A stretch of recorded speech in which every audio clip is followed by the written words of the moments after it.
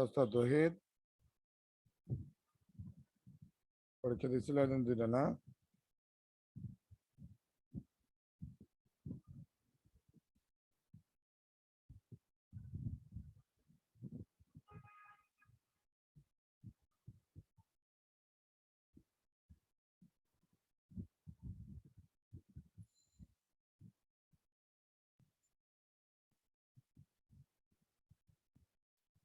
বাকিরা কই? গ্রুপে মেসেজ দাও একটু। তহিদ,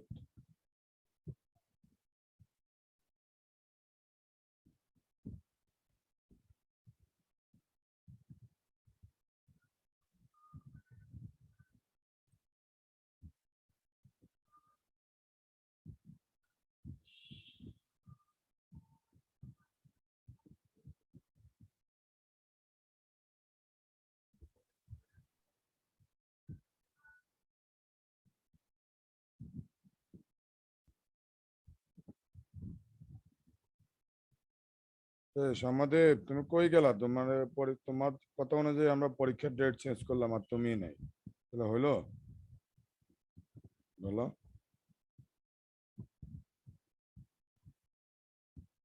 তুমি বললা বৃহস্পতিবার নিতে, বৃহস্পতিবার নিলাম, তাও তুমি নেই। কতজনের পরীক্ষা দিল না? 5-6 জন পরীক্ষা দিল।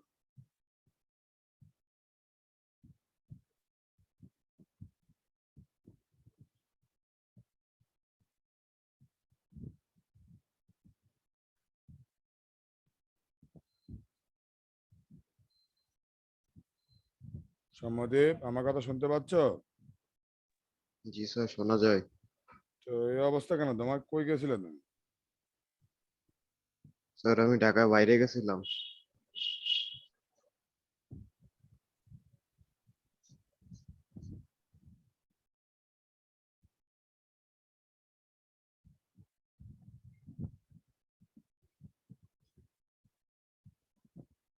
বাকিরা কই? এরা এখনো আসে না।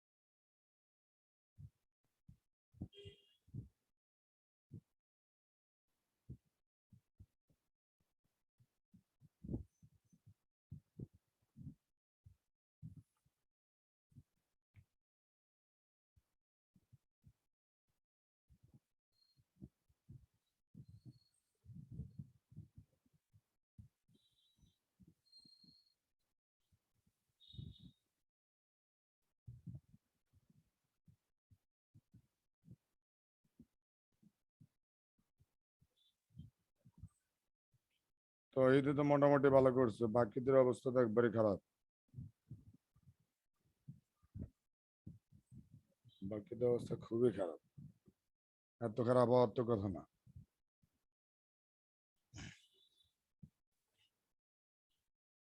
ওই যে হোমওয়ার্ক করে না, বাকিরা হোমওয়ার্ক করে না, ক্লাস ওয়ার্কটাও ঠিক মতো করে কিনা জানি না। এই সিয়াম, তুমি গত ক্লাসে পরীক্ষা দাও না কেন তুমি? হুম? পরীক্ষার কথা শুনলে ভয় পাও না নাকি?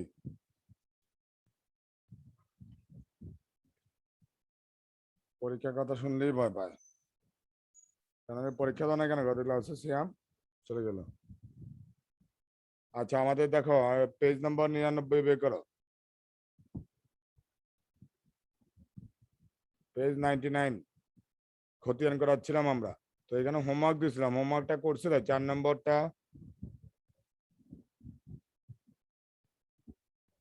তো ঈদ করছো, হোমওয়ার্কটা 4 নম্বর ছিল না?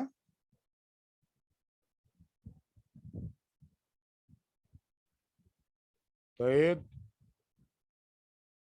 4 নম্বর অঙ্ক ছিল না? তাই মনে হচ্ছে 4 নম্বর করছো। আচ্ছা, তার আগে আমরা অবজেক্টিভ গুলো একটু দেখি। দেখো, প্রথম অবজেক্টিভ, কোনটি থেকে ব্যবসার মোট আয়, ব্যয়, সম্পদ ও দায়ের পরিমাণ সম্পর্কে ধারণা পাওয়া যায়? 99 পেজ। কোনটি থেকে ব্যবসার মোট আয়, ব্যয়, সম্পদ ও দায়ের পরিমাণ সম্পর্কে ধারণা পাওয়া যায়? 4টা অপশন, সাধারণ জাবেদা, বিশেষ জাবেদা, সাধারণ খতিয়ান, সহকারী খতিয়ান। কোনটা হবে অ্যান্সার বলো? মোট আয়, ব্যয়, সম্পদ ও দায়ের পরিমাণ সম্পর্কে ধারণা পাওয়া যায়। সাধারণ জাবেদা, বিশেষ জাবেদা, সাধারণ খতিয়ান, সহকারী খতিয়ান।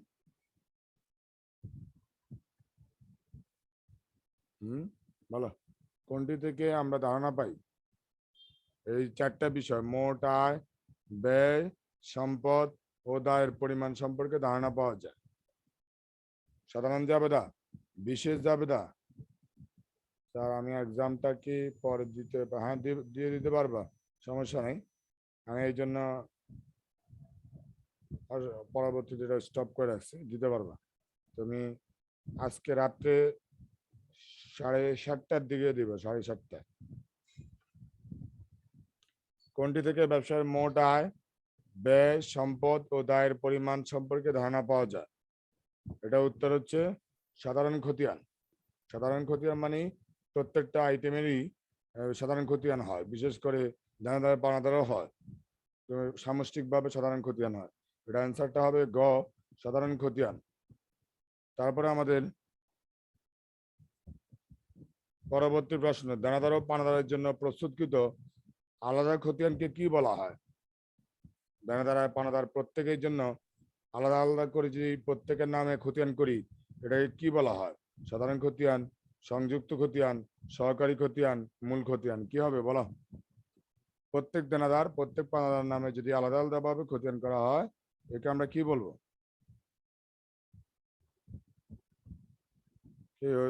বলতে পারো না কথা নাকি? সহকারী খতিয়ান। সহকারী খতিয়ান।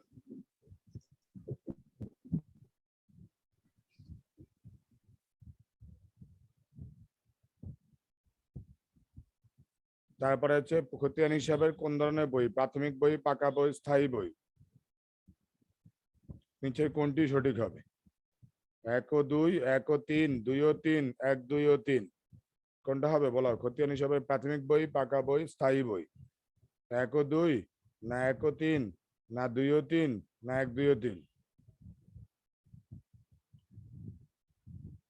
আমরা প্রথম ক্লাসে বলছিলাম স্যার 2 ও 3। ইয়েস, 2 ও 3 পাকা বই এবং স্থায়ী বই। জাবেদা হচ্ছে হিসাবে প্রাথমিক বই। 4 নম্বর, ব্যয় হিসাব সমূহ সর্বদা কোন যে প্রকাশ করে? ব্যয়, ডেবিট, ক্রেডিট, প্রারম্ভিক, সমাপনী। মানে ব্যয়গুলা সর্বদা কোন যে প্রকাশ করে? ডেবিট, ক্রেডিট, প্রারম্ভিক, সমাপনী। কোনটা হবে? সম্মদীপ, ব্যয় হিসাব সমূহ সর্বদা কোন যে প্রকাশ করে? ডেবিট, ক্রেডিট, প্রারম্ভিক, সমাপনী।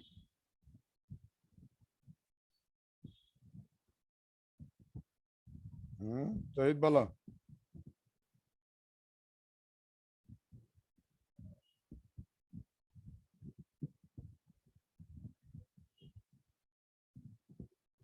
Sir debit.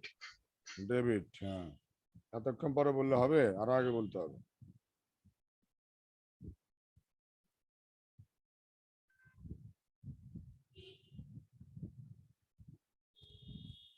তারপরে প্রশ্ন দেখো, খতিয়ান প্রস্তুতে চলমান যে ছক অনুসরণের ফলে, খতিয়ান প্রস্তুতে চলমান যে ছক অনুসরণের ফলে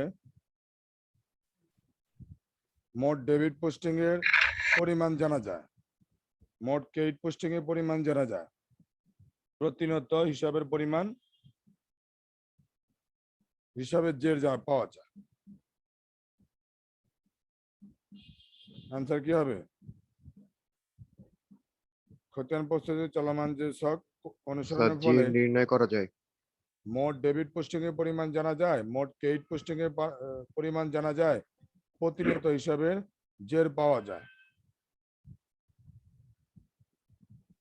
স্যার প্রতিনিয়ত হিসাবে যে পাওয়া যায় এটাই মনে হয় হবে। না, এখানে তো নিচের কোনটি সঠিক? এক ও দুই, বই দেখো অনেকগুলো অপশন আছে, এক ও দুই, এক ও তিন, দুই ও তিন, এক দুই ও তিন, মানে 5 নম্বর অবজেক্টিভটারই খতিয়ান প্রস্তুতে চলমান যে ছক অনুসরণের ফলে মোট ডেবিট পোস্টিং এর পরিমাণ জানা যায়, মোট ক্রেডিট পোস্টিং এর পরিমাণ জানা যায়, প্রতিনিয়ত হিসাবে জের পাওয়া যায়। এক দুই তিন, তিনটাই সঠিক, কারণ এখানে ডেবিটের দিকে কত পোস্টিং সেটাও বোঝা যায়, ক্রেডিট দিকে কত পোস্টিং সেটাও জানা যায়, প্রতিনিয়ত হিসাবে জের বা ব্যালেন্সও পাওয়া যায় প্রতিনিয়ত মানি লেনদেন পোস্টিং দেওয়ার পর পরে। কে এটতে রহমান, পরীক্ষা না দিয়া কাজ হবে? আমি পরীক্ষার কথা বললে তার পরীক্ষা দেওয়া না, সমস্যা কি? ভয় পাও নাকি পরীক্ষাকে? ভয় পেলে তো লাভ নেই তোমার, তুমি পড়ালেখা করবো কিন্তু পরীক্ষা দিতে ভয় পেলে হবে? হুম। আর স্যারের টাকা পয়সা দাও না, স্যারের টাকা পয়সা জমে দাও, পরে 2 মাসেরটা এক মাসে, 1 মাস দাও, আরেক মাস দাও না, এই ডিউ থেকে যায়, এটা তো লাভ নেই। টাকা পয়সা জমা স্যারের দিতে হবে মাস শেষে, এটা নিয়ম। তো স্যারদের এতবার বলা লাগে টাকা পয়সার ব্যাপারে, এতবার বলা উচিত না, এটা তোমাদেরই বোঝা উচিত। নির্দিষ্ট মাসের শেষে দিলে তোমারও হিসাব যেমন ঠিক থাকে আমারও ঠিক থাকে, পরে দেখা যাচ্ছে তুমি দিলে 2 মাস পরে 1 মাসের বলবো স্যার আমি তো দিচ্ছি, তখন হিসাব নিকাশ উল্টা পাল্টা হয়ে যাবে, তোমারও হবে আমারও হবে। এই জন্য প্রতি মাসের শেষে দিয়ে দেওয়াটা বেটার। কারণ এর আগে আমার মনে হয় 1 মাসের টাকা তুমি আহ, দিতে পারো নাই, 2 মাস পরে দিচ্ছি। এইভাবে হলে সমস্যা হয়, হিসাব নিকাশে উল্টা পাল্টা তোমারও হয় আমারও হয়।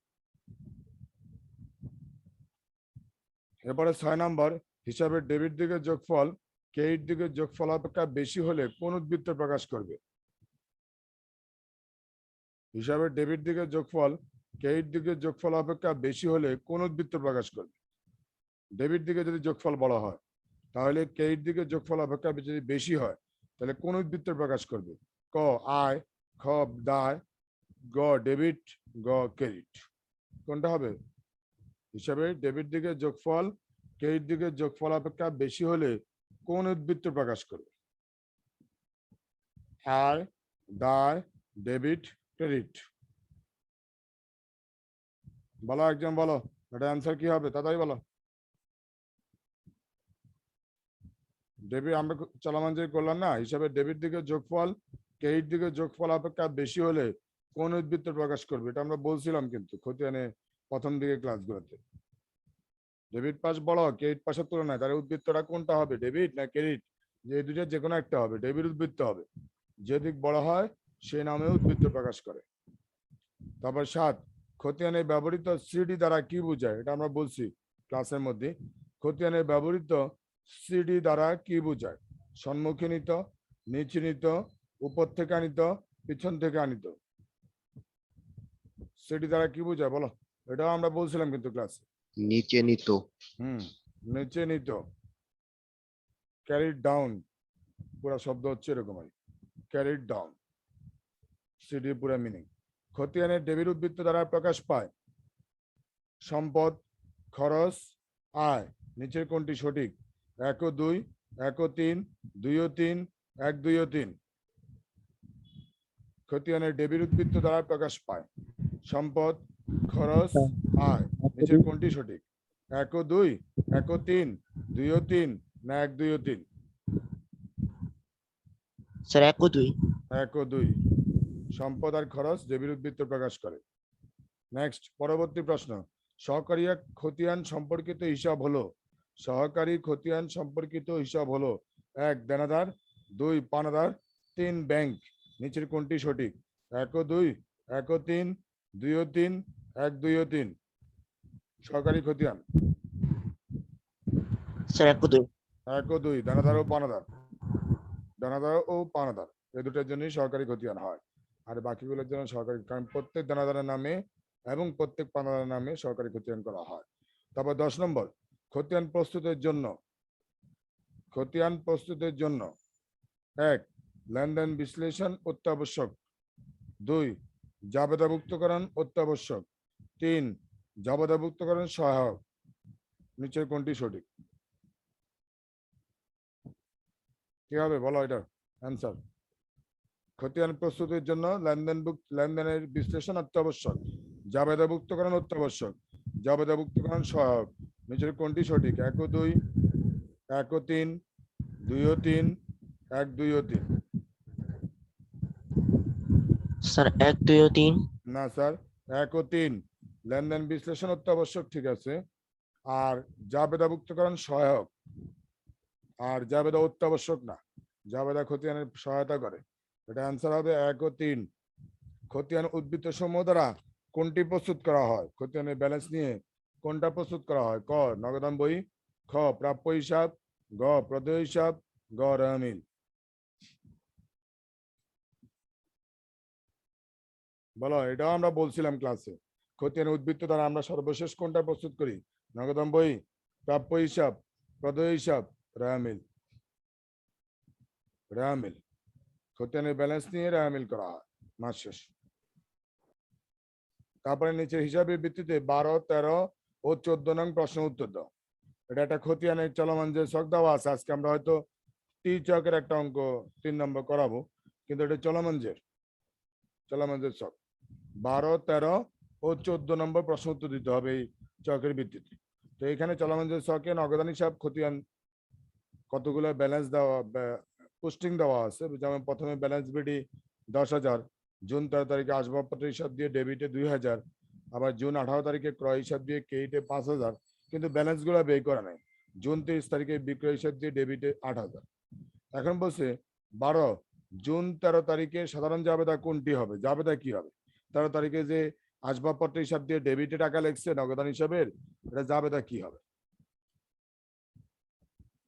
ক আসবাবপত্র হিসাব ডেবিট নগদান ক্রেডিট হবে, না খ আসবাবপত্র হিসাব ডেবিট ক্রয় হিসাব ক্রেডিট হবে, না গ নগদান হিসাব ডেবিট আসবাবপত্র হিসাব ক্রেডিট হবে, না গ আসবাবপত্র হিসাব ডেবিট বিক্রয় হিসাব ক্রেডিট।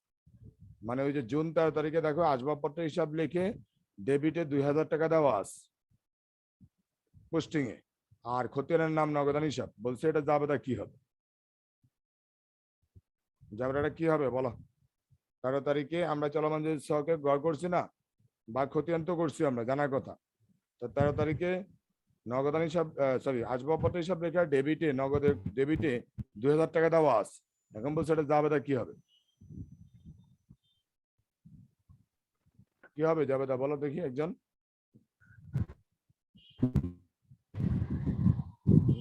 নগদান হিসাব ডেবিট আর স্যার আসবাবপত্র হিসাব ক্রেডিট। হ্যাঁ, নগদান হিসাব ডেবিট আর আসবাবপত্র হিসাব ক্রেডিট। কেন? কারণ এই খতিয়ানের ডেবিট স্যার দিকে, এই খতিয়ানের ডেবিট দিকে, এটা হচ্ছে 12 নম্বর। এই খতিয়ানের ডেবিট দিকে আসবাবপত্র হিসাব লিখে 2,000 টাকা ডেবিটে দেওয়া আছে। তার মানে কি নগদান হিসাবে ডেবিটে দেওয়া আছে, মানে নগদান ডেবিট, আর বিপরীত নাম আসবাবপত্র, কারণ খতিয়ানে সবসময় বিপরীত নাম দিয়ে লেখা হয়। এবার 13 নম্বর নগদান হিসাব, এই খতিয়ানটার নাম নগদান হিসাবে। নগদান হিসাবটি সমাপন উদ্বৃত্ত কত টাকা? এরা ব্যালেন্স গুলা বের করে নেই। এখন বলছে জুন 30 তারিখে উদ্বৃত্ত কত টাকা হবে? হিসাব করে বলো দেখি উদ্বৃত্ত কত হবে। মানে প্রথমে শুধু ব্যালেন্স বিল দিয়ে, স্যার হ্যাঁ স্যার আমার যে ওইদিন পরীক্ষাটা দেওয়া হয় না স্যার, ওটা পরে দিয়ে দিলে হবে? বললাম তো, ওটা তুমি আজকে রাত্রে দিতে পারো 8:30টা। স্যার 7:30 যদি কালকের দিন দেই তাহলে সমস্যা হবে? কালকের দিন তো দিনে দিতে পারবো না, দিলে রাত্রে দিতে হবে। আচ্ছা স্যার। রাত্রে দিলে, রাত্রে তোমার দিতে হবে, তোমার ক্লাসের পর পরে দিতে হবে। কালকে ক্লাস আছে না, তারপর পর, বুঝছো? Yes sir. তো বলো এখানে নগদান হিসাবটি সমাপন উদ্বৃত্ত কত টাকা? নগদান হিসাব বলতে আমরা যে খতিয়ানটা দেখতে পাচ্ছি উপরে চলমান জেরে, এটা উদ্বৃত্ত দেওয়া নাই। প্রথমে শুধু ব্যালেন্স বিডি দিয়ে দেওয়া আছে, আর বাকিগুলা পোস্টিং দিয়েছে কিন্তু ব্যালেন্স করে নাই। তো ব্যালেন্স করলে কত টাকা হবে সমাপন উদ্বৃত্ত? হিসাব করে বলো। আমরা খতিয়ান করছি না, পারার কথা তো। নগদান ডেবিটে আছে ব্যালেন্স বিডি দিয়ে 10,000 টাকা, আর আসবাবপত্র ডেবিট করলাম 2,000, তাহলে ডেবিট ডেবিট যোগ 12,000। তারপরে জুন 18 তারিখে ক্রয় ক্রেডিট করলাম 5, 12 থেকে 5 বাদ দিলে 7। তারপরে আবার জুন 30 তারিখে বিক্রয় ডেবিট করলাম হচ্ছে 8, 7 আর 8 যোগ করলে 15,000। মানে ডেবিট ডেবিট যোগ হবে আর ডেবিট ক্রেডিট বিয়োগ হবে, 15,000 টাকা ব্যালেন্স হবে। তারপরে 14, হিসাবটি থেকে জুন মাসে নগদ লেনদেন সম্পর্কে যা প্রকাশ পায় তা হলো, মানে এই যে নগদান হিসাব থেকে জুন মাসে নগদ লেনদেন সম্পর্কে কি প্রকাশ পায় তা কি কি? মোট নগদ প্রাপ্তি 10,000 টাকা, মোট নগদ প্রদান 5,000 টাকা, সমাপনী হাতে নগদ 5,000 টাকা। নিচের কোনটি সঠিক? 1 ও 2, 1 ও 3, 2 ও 3, 1, 2 ও 3। মানে এই নগদান হিসাব থেকে কি কি প্রকাশ পায়? মোট নগদ প্রাপ্তি 10,000, মোট নগদ প্রদান 5,000, সমাপনী হাতে নগদ 5,000। কোনটা হবে অ্যান্সার? দেখো তো। নগদ প্রাপ্তি তো বুঝো, নগদ প্রাপ্তি মানে কি? যা নগদে পাইছি সেটা। নগদ প্রদান মানে কি? যেটা নগদে দিলাম। আর নগদ জের বা ব্যালেন্স হচ্ছে সমাপনী হাতে নগদটা। তো জের তো আমরা একটু আগে বের করলাম 15,000 টাকা হবে, ওটা সঠিক না, জেরেরটা সঠিক না। কিন্তু নগদ প্রাপ্তি কি সঠিক দেখতে হবে আমাদের। 8 আর 2 10, হ্যাঁ, ডেবিট দিকে 10,000 টাকা, আর কেইটা আছে 5,000 টাকা। ডেবিটটা প্রাপ্তি আর কেইটা প্রধান, তার মানে নগদ নগদ প্রাপ্তি 10,000, নগদ প্রদান 5,000। 1 আর 2 ঠিক আছে, অর্থাৎ সঠিক উত্তর হচ্ছে 1 ও 2। তো আমরা এখানে 4 নম্বর অঙ্ক হোমওয়ার্ক দিয়েছিলাম, করছো কিনা জিজ্ঞাসা করছিলাম, কিন্তু কেউ উত্তর দেয় নাই। তাহলে অঙ্ক না করলে ওরকম পরীক্ষার নাম্বারও কিন্তু অনেক কম আসে। যেমন আমাদের নাজিব ফারহান তো, 4 নম্বর কোর্স। হ্যাঁ নাজিব তুমি তো করো, নাজিব ফারহান তো শেষের দিকে জয়েন করছো, না হয় কম পেতে পারে। কিন্তু যারা অন্যরা পরীক্ষা, আর্থিক সারিয়ার পরীক্ষা দেয় নাই, ইর্তিজা পরীক্ষা দেয় নাই, সম্মতি পরীক্ষা দেয় নাই, রাইয়ান পরীক্ষা দিচ্ছে, রাইয়ান নাই ক্লাসে এখন, আরো কে কে জানি পরীক্ষা দিল, তারা এখন ক্লাসে নেই। স্যার আমি ঢাকার বাইরে আছি, এই কারণে দিতে পারি নাই। তো হোমওয়ার্ক করো না কেন? হোমওয়ার্ক তো টাকার বাইরের সাথে সম্পৃক্ত না, হোমওয়ার্ক আগে দিয়েছিলাম। আর্থিক সারিয়া স্যার সিয়াম আগে অঙ্ক, ক্লাসে স্যার আমার কারেন্ট চলে গেছিল, এই কারণে স্যার আর অঙ্ক পারি নাই যদি জয়েন না করতে। করা হয় তাহলে হবে নাকি? আমি তো মাথা ধরে না, আমি এতবার বলি তারপর কথা শোনো না। যাই হোক, আমরা 3 নম্বর অঙ্ক করাবো আগে, তারপর 4 নম্বরটা দেখবো। ও যে করছে, মামুন এন্টারপ্রাইজের হিসাব বইতে হতে নিম্নের হিসাবটি সংগৃহীত। এখানেও একটা নগদান হিসাবের খতিয়ান দেওয়া আছে, তবে এটা অবশ্যই টি চকে দেওয়া আছে। একটু আগে আমরা অবজেক্টিভ যেটা দেখলাম ওটা চলমান যে চকে দেওয়া আছে, এটা টি চক।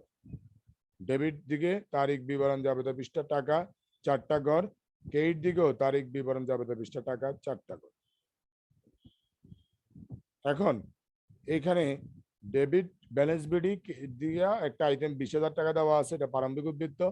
আর জানুয়ারি 17 তারিখ দিয়ে বিক্রয় হিসাব দেওয়া আছে 17,000 টাকা, এটা ডেবিট দিকে পোস্টিং করছে। আর ক্রেডিট দিকে জানুয়ারি 2 তারিখ দিয়ে ব্যাংক হিসাব 22,000 টাকা, জানুয়ারি 15 তারিখ দিয়ে বেতন হিসাব 3,000 টাকা, আর জানুয়ারি 20 তারিখ দিয়ে উত্তোলন হিসাব 1,000 টাকা। এগুলো পোস্টিং করা আছে, বাট ব্যালেন্স করা নেই।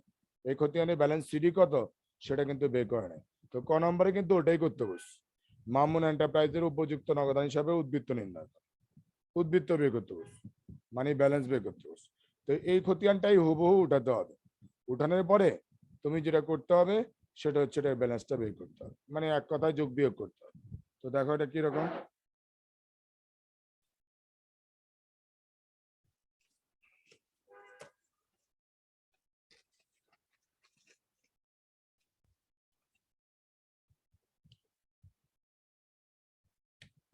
তিনের ক,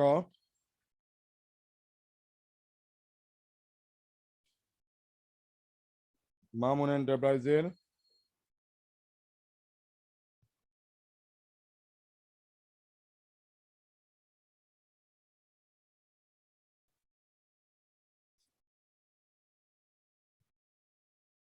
মামুন এন্টারপ্রাইজের সাধারণ খতিয়ান বই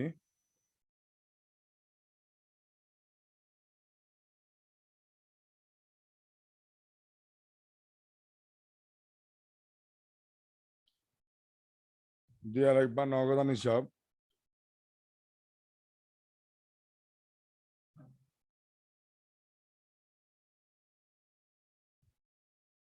আর এখানে হিসাবে কোড নম্বর যদিও টি চকে নাই, ওরা দিচ্ছে আমরা দিয়ে রাখলাম, ওটা চলমান যে চকে থাকে।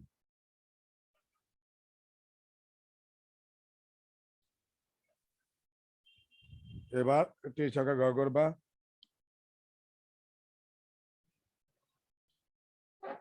এখানে দেওয়াই আছে তারিখ বিবরণ জাবেদা পৃষ্ঠা টাকা, আবার তারিখ বিবরণ জাবেদা পৃষ্ঠা টাকা।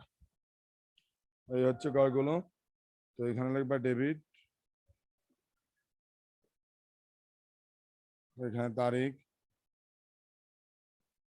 বিবরণ, জাবেদা পৃষ্ঠা টাকা, আবার তারিখ, বিবরণ, জাবেদা পৃষ্ঠা টাকা।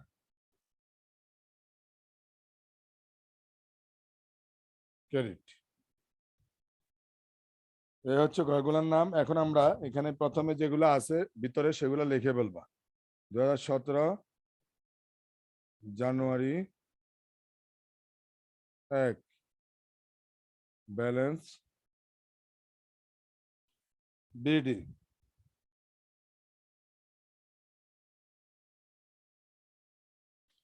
ব্যালেন্স বিডি দিয়ে 20,000 টাকা। তারপরে জানুয়ারি 17 তারিখ বিক্রয় হিসাব,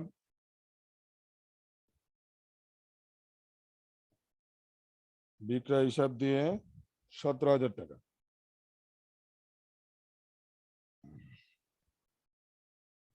তারপরে কেইট দিকে একইভাবে 2017 জানুয়ারি 2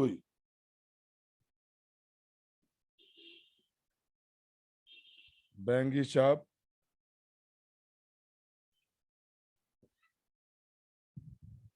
এটা হচ্ছে 22,000।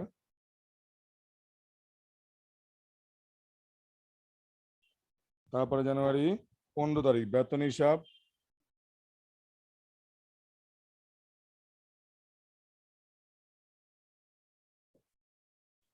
এটা হচ্ছে 3,000।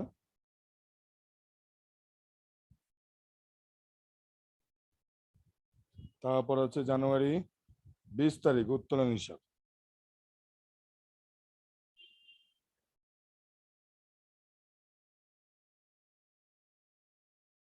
উত্তোলন হিসাব, এটা হচ্ছে 1,000। অর্থাৎ যা ছিল তাই উঠেছি আমরা, আর কিছু করিনি। এখন এটার উদ্বৃত্ত বের করবো। নগদান সম্পদ, সম্পদে সবসময় ডেবিট উদ্বৃত্ত হয়, কিছুক্ষণ আগেও বলছিলাম। তো ডেবিট পাস যোগ করবা 37,000, যোগ করলে এই যোগফলটাকে ক্রেডিট দিকে নিবা 37,000।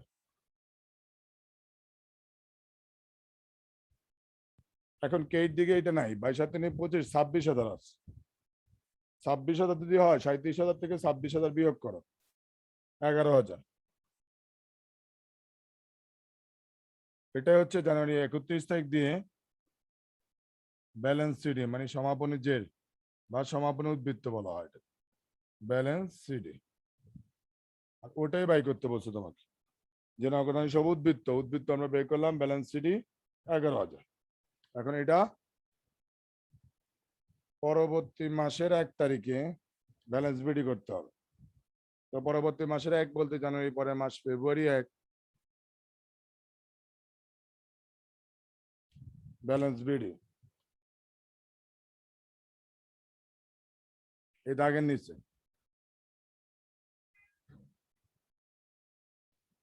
11,000। এই হচ্ছে তোমার নগদান হিসাবে উদ্বৃত্ত। এটাই আমাদের প্রশ্নে ক নম্বরে চাইছে। মানে এক কথা সব লিখে জাস্ট যোগ বিয়োগ করছে, আর কিছু করিনি। 37,000 টাকা ডেবিটে যোগ করে যোগফলটাকে ক্রেডিট দিকে নিলাম। ক্রেডিটে আছে 26, 37 থেকে 26 বিয়োগ করলে পার্থক্য 11, ওটাই মাসের শেষ তারিখ দিয়ে ব্যালেন্স সিডি হয়, আর ওটা পরবর্তী মাসে 1 তারিখে ব্যালেন্স বিডি। এবার খ, উপযুক্ত হিসাবের ভিত্তিতে মামুন এন্টারপ্রাইজের 2017 সালে জানুয়ারি মাসে জাবেদা দাখিলে প্রদান করে। মানে খতিয়ান থেকে জাবেদা করতে বলছে। আমরা নর্মালি জাবেদা থেকে খতিয়ান করি, এখন আবার উল্টা, খতিয়ান থেকে জাবেদা করতে বলছে মামুন এন্টারপ্রাইজের জাবেদা দাখিলে প্রদান। তো এখন খতিয়ান যেটা নগদান হিসাব দেওয়া আছে ওইখান থেকেই তুমি জাবেদাগুলো করবে। তো আমরা সেটাই করবো। এখন এটা হয়ে গেলে মুছে বলবো, বলো শেষ কিনা।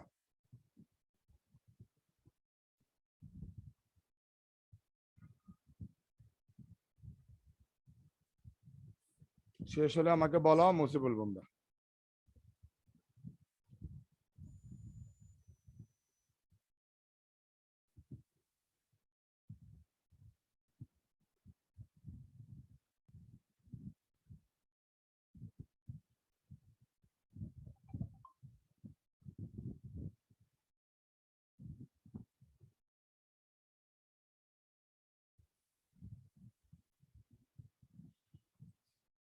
ওকে, তাহলে আমরা পরবর্তীতে তোমরা যদি কিছু বলো না, মুছতে তো হবেই। 3 খ, স্যার মুছে দেন স্যার। 3 খ, মামুন এন্টারপ্রাইজেস জাবেদা বই।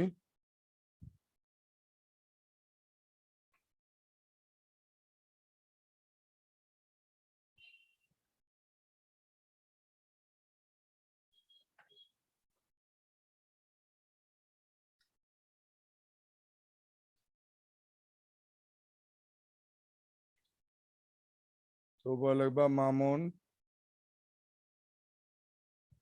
এন্টারপ্রাইজ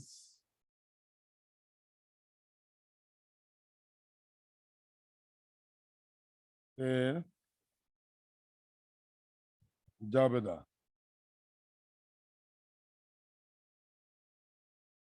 বই। তো আমরা এখন জাবেদাগুলো করব। তো জাবেদার জন্য আমরা যে গড় আগেও করছি, 5টা জাবেদা গড় থাকে, সেটাই করতে হবে এখন।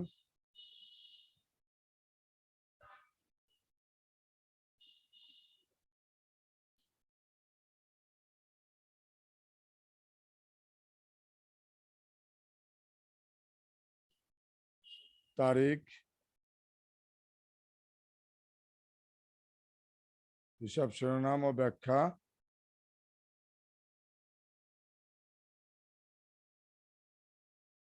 হিসাব শিরোনাম ও ব্যাখ্যা, তারপর হচ্ছে খতিয়ান পৃষ্ঠা, ডেবিট টাকা, ক্রেডিট টাকা,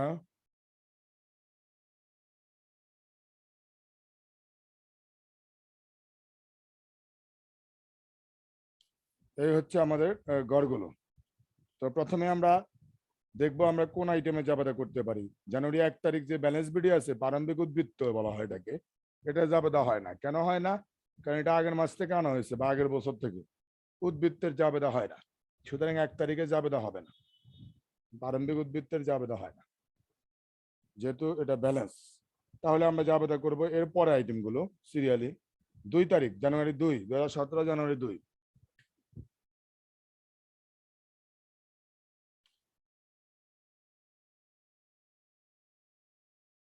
এটা একটা লেনদেন। কি বলা আছে? ব্যাংক হিসাব দিয়ে নগদান হিসাবে ক্রেডিট দিকে লেখা আছে। তো ব্যাংক হিসাব দিয়ে নগদান হিসাবে যদি ক্রেডিট দিকে লেখা থাকে, তার মানে কি বোঝাচ্ছে? লেনদেনটা কি হতে পারে? ধরো নগদান হিসাব ক্রেডিট বলা হচ্ছে, ক্রেডিট দিকে লিখছে, আর ব্যাংক হিসাব বিপরীত নাম। তাহলে ব্যাংক ডেবিট, নগদান ক্রেডিট, মানে ব্যাংকে জমা দিচ্ছে। এটা জাবেদা হচ্ছে ব্যাংক হিসাব ডেবিট। যেহেতু নগদানের খতিয়ানের ক্রেডিট দিকে আছে, নগদান ক্রেডিট, তাহলে ব্যাংক হিসাব ডেবিট, নগদান হিসাব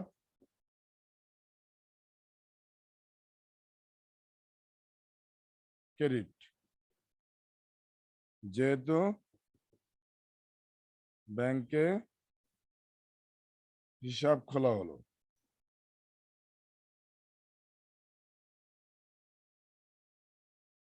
বা ব্যাংকে জমা দেওয়া হলো, একই কথা। হিসাব খুললো এরকম জাবেদা, জমা দিল একই কথা। তো 22,000 টাকা।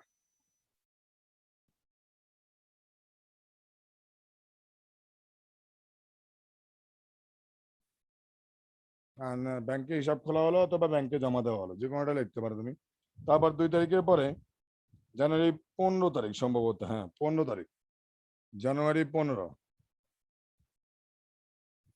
বলো এটা কি হবে? 15 তারিখে বেতন হিসাব লিখে নগদান হিসাবে ক্রেডিট দিকে দেওয়া আছে, মানে কি বেতন প্রদান করছে। বেতন প্রদান করলে বেতন ডেবিট হয়, নগদান ক্রেডিট হয়। তাহলে জাবেদা হবে বেতন হিসাব ডেবিট, বেতন হিসাব ডেবিট,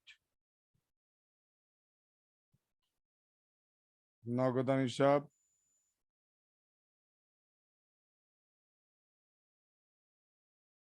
ক্রেডিট। যেহেতু বেতন প্রদান করা হলো,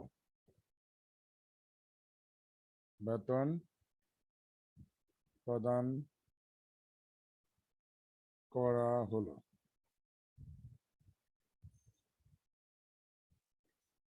এই হচ্ছে বেতনে যাবে। টাকার অ্যামাউন্ট হচ্ছে 3000।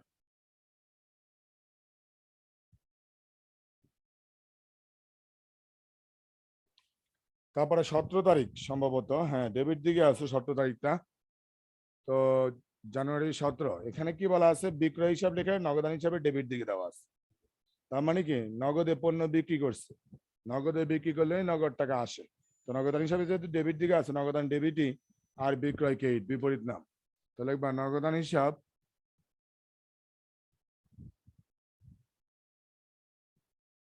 ডেবিট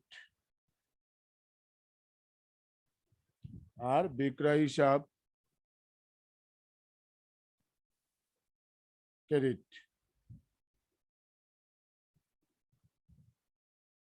যেহেতু নগদে পণ্য বিক্রয় করা হলো, বিক্রয় করা হলো, এই হচ্ছে তোমার বিক্রয়ে যাবে না। তো এটা টাকা লিখবা, টাকা হচ্ছে 17,000।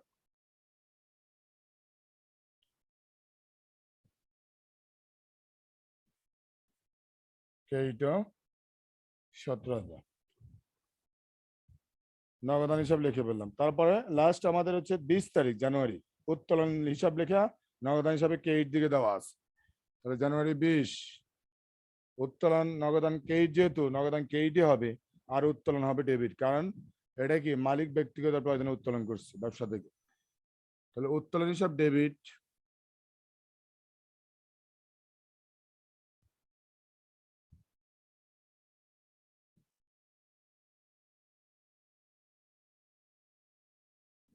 আর নগদান হিসাব ক্রেডিট।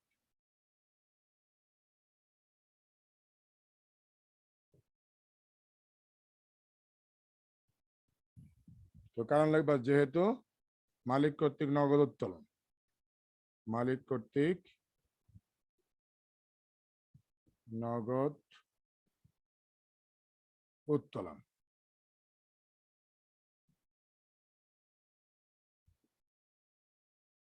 এই আইটেমটা এখন টাকা বসাবা, টাকা হচ্ছে 1000, ডেবিটে 1, ক্রেডিটে 1। এবার যোগ করে দিবা দুই পাশে, 22 আর 3 25, 25 আর 17 হচ্ছে 42, আর 1 43, 43,000 মোট যোগ করলে। তাহলে এখানে লিখবা 43,000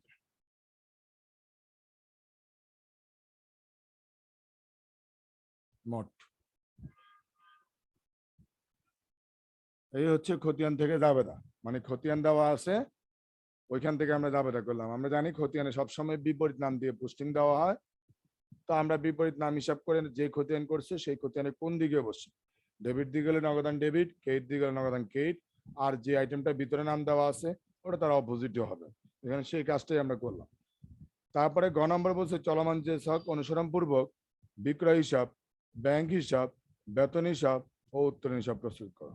টি ছকে শুধু তারা নগদান হিসাব করে দিচ্ছে, বাট চলমান যে ছকে বলছে 4টা খতিয়ান করতে হবে, বিক্রয়, ব্যাংক, বেতন, উত্তোলন।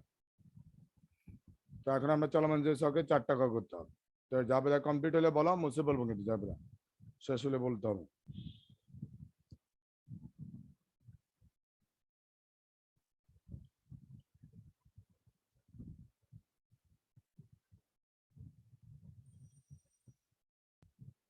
কমপ্লিট না? সবাই বলো জাবেদা শেষ।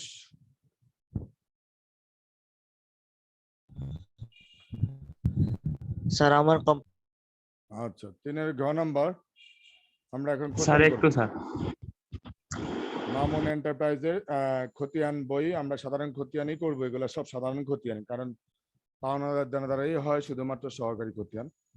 তো সাধারণ খতিয়ান 4টা করব, 4টা চলমান যে চক্র করতে হবে।